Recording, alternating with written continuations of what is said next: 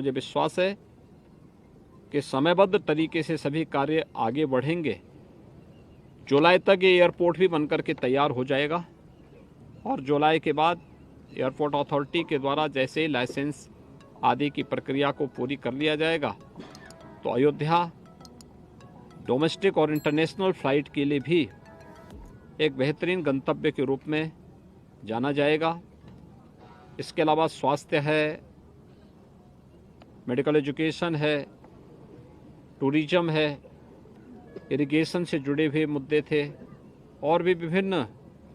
यहाँ की अन्य जो आवश्यकताएं थी उन सब को लेकर के भी आज विस्तृत चर्चा यहाँ पर आज बैठक में हुई है। माननीय जनप्रतिनिधियों ने भी बहुत बहुमूल्य सुझाव दिए हैं। इन कार्यक्रमों को भी हम समयबद्ध तरीके से आगे बढ़ाएंगे। मुझे विश्वास है कि ये 32,000 करोड़ की योजनाएं जब जमीनी धरातल पर उतरेंगी, अयोध्या देश और दुनिया की एक सुंदरतम नगरी के रूप में हम सब के सामने होगी और प्रभु श्री राम अपने स्वयं के मंदिर में विराजमान होकर के देश और दुनिया को अपनी कृपा का प्रसाद पूरी तरह बरसाएंगे, जो कृपा उनकी हमेशा से अयोध्या धाम पर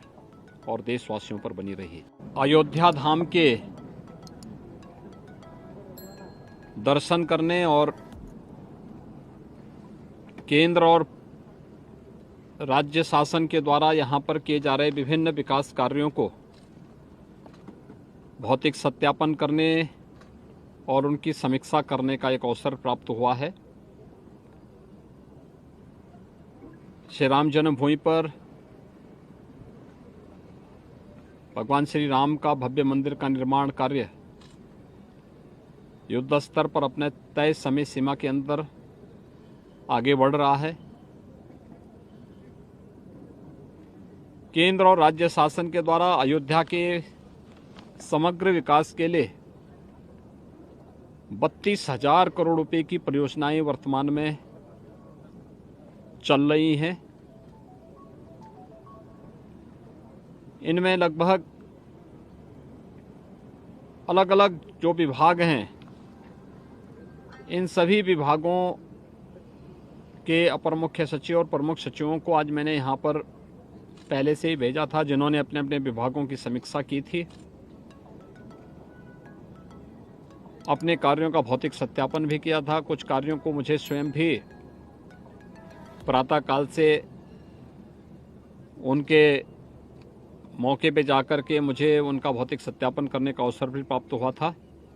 हम विश्वास के साथ कह सकते हैं कि समयबद्ध तरीके से जिस तेजी के साथ अयोध्या के विकास के सभी कार्य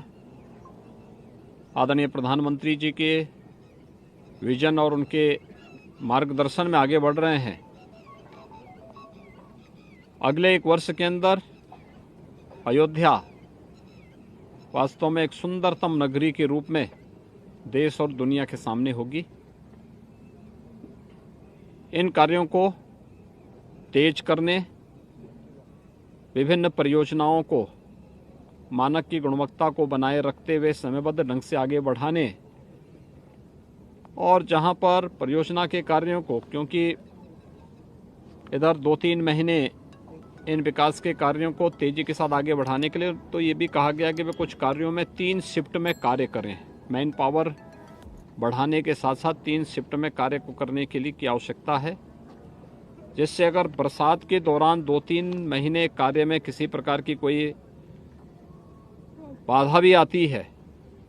तो तब भी हम विकास के कार्य को समय से पूरा कर सकें।